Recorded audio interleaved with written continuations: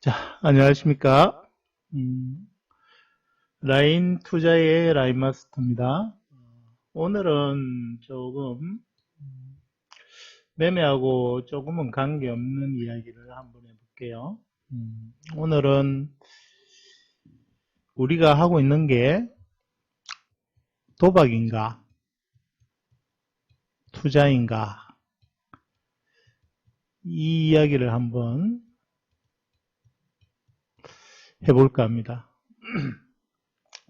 참, 이 발생은 어떻게 보면 이 두 가지를 구분하기가 참 어려울 정도로 비슷한 면이 상당히 많습니다.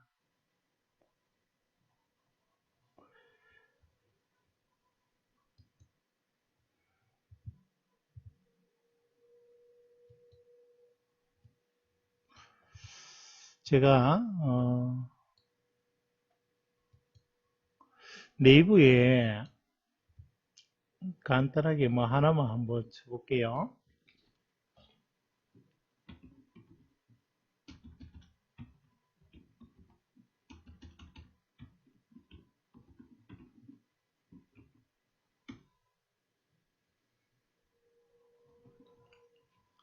사행사업이라고 딱 치고 이미지를 아무거나 한번 이렇게 열어보겠습니다.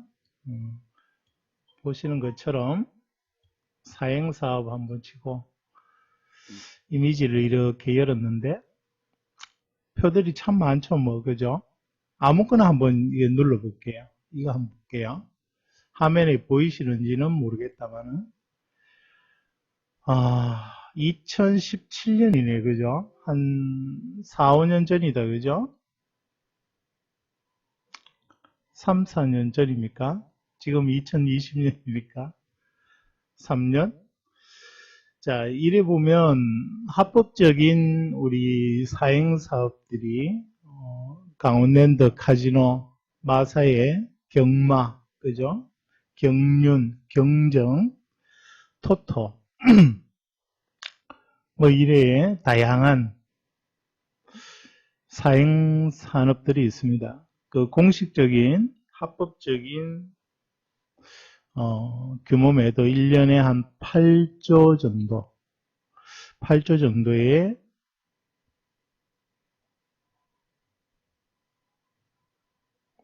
매출을 보이죠, 그죠? 그러면 불법까지 이렇게 합쳤을 때는 이 8조가 몇 조가 될지는 아무도 알 수 없죠, 그죠? 뭐 누구는 한 2, 30조가 될 것이다. 누구는 15조는 최소 15조는 될 것이다. 뭐 이렇게 이야기를 합니다만은 그만큼 인간의 본성하고 또 이 도박의 큰 인류가 존재하면서 가장 또 역사가 깊은 게 또 도박이 아닐까 이런 생각을 해봐요. 근데 이제 우리 사람들이 이 도박을 한번 이렇게 맛을 들이면 못 끊는 이유가 뭘까요? 대부분 이제 돈을 잃는다는 거는 잘 알죠, 그죠? 알지만 나는 다른 사람들하고 틀릴 거야. 내한테는 행운이 이제 올 거야 해가지고 대박을 쫓고 누구든 로또 1등 되는 사람을 보면 저 주인공이 나도 될 수 있어 하는 그런 마음이 생기는 거죠. 우리는 이제 도박을 하는 사람들은 그렇다 그래요. 잃는 고통보다 딸 때의 그 희열이 있죠. 그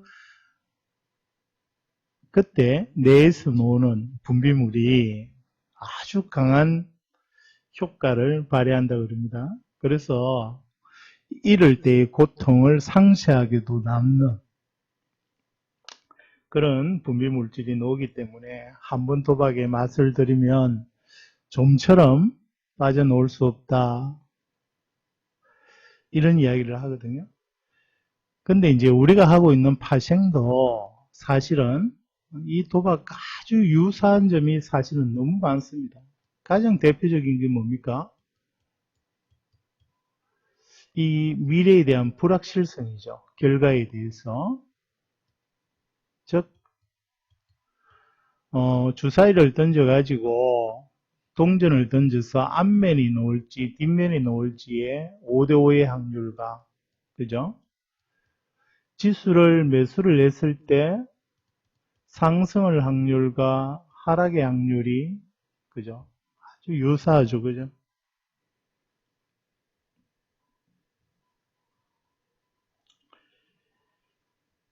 이렇게 미래에 대한 불확실성이 이제 우리 투자자한테는 항상 존재하는 거거든요. 그러니까 일부에서는 이렇게 주식 투자를 하는 것은 모르겠지만 팔생으로 넘어가서 선물을 매매하고 옵션을 매매하고 해외 선물을 매매한다 그러면 보는 시선에 따라서는 이 도박꾼으로 보는 사람들도 이런 시선들도 있다는 겁니다. 그죠? 그만큼 이게 투기성이 강하고 상당히 이제 변동성이 강하다 하는 걸 반증하는 이야기일 수도 있어요. 그러면 실제로 우리가 매매하고 있는 우리 입장에서는 정말 우리가 도박꾼인지 아닌지, 투자자인지 도박꾼인지 한번 고민을 해볼 필요가 있습니다. 근데 이 두 가지가 도박인지 투자인지 깔끔하게 구분되지 않는다는 또 모순이 있거든요. 명확하게 이건 도박이야, 이거는 투자야 이렇게 구분할 수 있으면 얼마나 좋겠습니까마는 그렇지 않다는 겁니다. 그런데 이제 그래도 이 두 가지를 나누어 보면 차이점이 뭐가 있을까? 첫 번째 차이점은 이렇게 보이거든요. 1번 기대 수익입니다. 기대 수익. 자, 차이점입니다. 자, 동전을 던져서 앞면이 놓을 확률, 뒷면이 놓을 확률은 5대5죠. 확률이 50%입니다. 맞습니까? 근데 우리는 참가 비용을 지불해야 되죠. 그죠? 참가 지불. 한 번에 게임에 참가할 때 1%든 2%든 참가 비용을 냅니다. 그러면 확률적으로 도박의 기대 수익률은 하면 할수록 계속 마이너스가 될 수밖에 없는 구조를 가지고 있죠. 그죠? 로또를 샀는데 누군가는 1등이 돼가지고 몇십억의 당첨금을 받습니다. 맞습니까? 그런데 내가 돈이 무지무지 많아가지고 1회차 모든 로또를 다 살 수 있다고 가정을 해볼게요. 몽땅 다 사면 1등도 나오고 2등도 나올 거 아닙니까? 최악의 경우에는 2월도 될 수 있지만 1등이 나왔다고 가정해 볼게요. 그러면 결과적으로 샀는 비용이 많겠습니까? 당첨금이 더 많을까요? 몽땅 다 사면 아무리 당첨금을 따져봐도 한 50%, 60%밖에 안 되겠죠. 그죠? 딱 두 번만 2회차만 몽땅 사면 내 재산은 거덜납니다. 그죠? 이렇다, 그죠? 이 도박이라는 거는 하면 할수록 마이너스를 향해 가는 겁니다. 근데 그러면 투자도 똑같지 않느냐? 기대 수익이 마이너스이지 않느냐? 물론 이렇게 될 가능성도 있습니다. 왜? 아무 자리에서나 매수하고 매도하면 얘하고 우리도 수수료라는 기회비용을 지출을 해야 되니까 똑같은 결과를 가져올 수 있어요. 그런데 이제 확률이 더 높은 자리에서 매수를 하고 매도를 하면 어떻게 됩니까? 기대 수익이라는 애를 기회비용을 또는 수수료를 지불하고도 플러스로 돌릴 수 있는 게 가장 큰 차이점이다. 도박과 투자에. 그래서 우리가 아무 자리에서 50%, 50%인 자리에서 매수나 매도를 하지 않는 이유가 그런 부분이 있을 수 있고요. 두 번째는 변동성입니다. 변동성.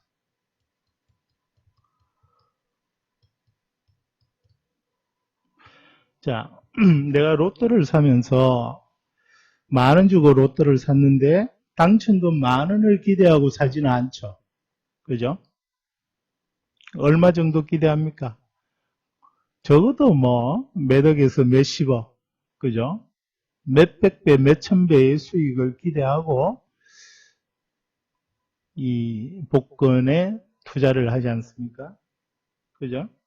이렇게 이제 도박은 이 변동성이 아주 높다는 특징을 가지고 있습니다. 따면 몇 배고, 이러면 그냥 내 원금을 잃고, 이게 이제 도박의 가장 큰 특징이거든요. 이 두 번째 특징 때문에 우리 파생이라는 종목이 이 도박의 오명을 많이 쓴다는 겁니다. 왜? 옵션이라는 거는 막 한 번씩 이렇게 뉴스에 나오잖아요. 9.11 테러 같을 때, 풋, 한 계약이 몇 배? 뭐, 400배, 500배, 4000배, 뭐, 이런 뉴스들이 나오니까 얘하고 거의 비슷하게 보인다는 거죠. 그런데 투자라는 거는 이 변동성을 낮추면 낮출수록 도박이 아닌 투자로 가는 겁니다. 그렇기 때문에 우리가 파생을 하면서도 내가 오늘 10배는 먹어야지, 이런 마인드로 접근을 하면 이거는 투자라고 하기보다는 도박에 가까운 매매를 하고 있다. 그죠? 근데 내가 은행 이자에 5배, 3배 내지 5배만 먹어야지. 과거에는 은행 이자가 높을 때는 2배, 3배만 해도 상당히 훌륭한 투자가 됐습니다만은 지금은 뭐 워낙 초저금리 시대니까 은행 예금의 몇 배 이게 의미가 없죠. 그죠? 그런데 내가 연 한 8% 이상만 꾸준히 수익을 내겠다. 이런 목표로 만약에 투자를 한다면 이거는 도박보다는 투자가 될 가능성이 훨씬 높죠. 자, 그러면 이 선물이나 옵션에서 연 8%의 수익을 안정적으로 내는 게 불가능하냐? 너무 우습잖아요. 그죠? 하루에도 20%, 30%를 막 왔다 갔다 할 수 있는데 연 8%라니 참, 이거 할 것 같으면 안 하고 말지, 이런 생각을 가질 수 있잖아요. 그죠? 그런데 역설적으로도 이렇게 기대 수익률을 변동성을 낮추면 낮출수록 우리가 더 안정적인 수익을 내고 그 수익이 훨씬 더 빠른 효과를 나타내는 걸 부정할 수 없습니다. 비록 하루에 2배, 3배를 먹는 게 가능하지만 더 안정적으로 나의 기대 수익률과 변동성을 한번 낮추는 걸 추천을 해볼게요. 그러면 우리 스스로가 똑같은 종목이지만 도박처럼 접근을 하느냐, 투자처럼 접근을 하느냐에 따라서는 미래는 상당히 달라질 수 있거든요. 정리 한번 해볼게요.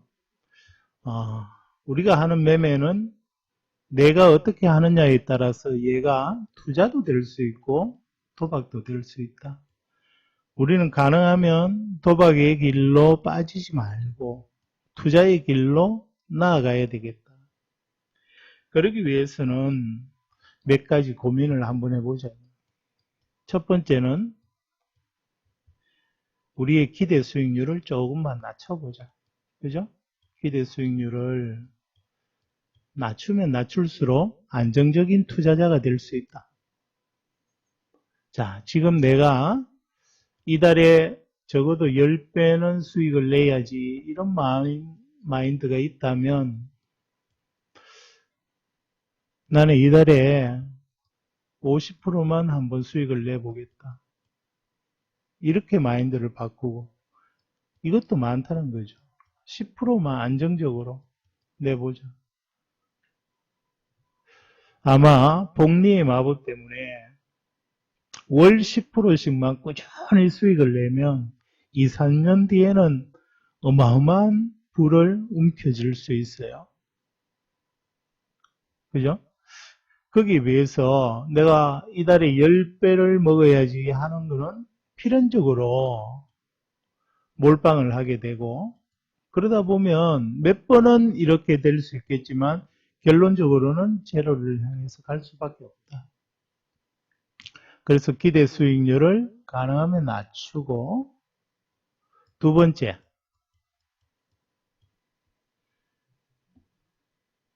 이 변동성을 낮춰야 된다. 변동성을 낮춘다는 이야기는 다시 말하면 확률이 아주 높은 자리에서 진입을 하고 그 진입의 횟수를 줄이는 겁니다. 확률이 높은 자리에서 진입을 하고 진입 횟수를 낮추는 게 우리가 가장 또 바람직한 도박이 아닌 투자의 길로 가는 길이다. 그렇기 때문에 자리가 나올 때까지 끝까지 기다릴 수 있어야 되고 인내심이 있어야 되고요. 한번 진입을 하면 또 거기에서 승부를 보고 잦은 진입보다는 한 번의 진입으로 마무리를 하는 게 좋겠고, 가능하면 투자도 분산 투자를 하고 몰빵은 절대 하지 말고, 그죠? 또 한 가지는 뭐가 있겠습니까? 요행을 바라면서 한탕주의를 하면 안 되겠죠. 그죠? 우리는 지속적이고 안정적인 투자를, 매매를 해야 된다. 그죠? 오늘 어떻게 하든지 오늘 하루 만에 모든 성부를 볼 거야. 빨리 어떻게 해볼 거야. 빨리 원금을 내보게 볼 거야. 빨리 몇 배를 벌어볼 거야. 빨리 하다 보면 계좌는 금세 죽습니다. 그죠? 그래서 어떻게 하든 지속적이고 안정적인 투자자가 될 수 있도록 노력을 해야 되겠다. 매매에서 일희일비하지 말고 한번 손절당했다고 욱하는 성질에 다시 들어가가지고 오늘 니 죽고 내 죽고 하자 그러면 결국엔 죽습니다. 그죠? 그런 내동매매에 빠지지 말고, 그래서 우리가 하는 일이 남이 도박꾼으로 보든 내가 도박처럼 하든 그런 게 중요한 게 아니고 스스로가 이 도박이 아닌 투자로서의 투자자 형태로 바뀌어야 된다는 겁니다. 그러기 위해서는 우리의 기대 수익을 조금만 낮추고 욕심을 조금만 내려놓으면 되겠죠. 그죠? 그리고 너무 변동성 높은 투자를 추구하지 말고 안정적인 투자를 하자. 그리고 꾸준히 하면 여러분의 미래는 지금보다는 훨씬 밝아질 겁니다. 거기에 비해서 나는 기대 수익을 최대한 높이고 변동성 높은 대박을 꿈꾸고, 그죠? 내동매매를 하게 되면 우리의 투자는 투자가 아닌 도박으로 변질될 가능성이 상당히 높다 하는 부분을 오늘 이 시간을 통해 가지고 한번 고민을 해보자는 겁니다. 그래서 다시 한번 자기의 매매 스타일이 어떤 형태인지를 되돌아볼 수 있는 그런 기회가 이 시간이 되었으면 좋겠습니다. 감사합니다.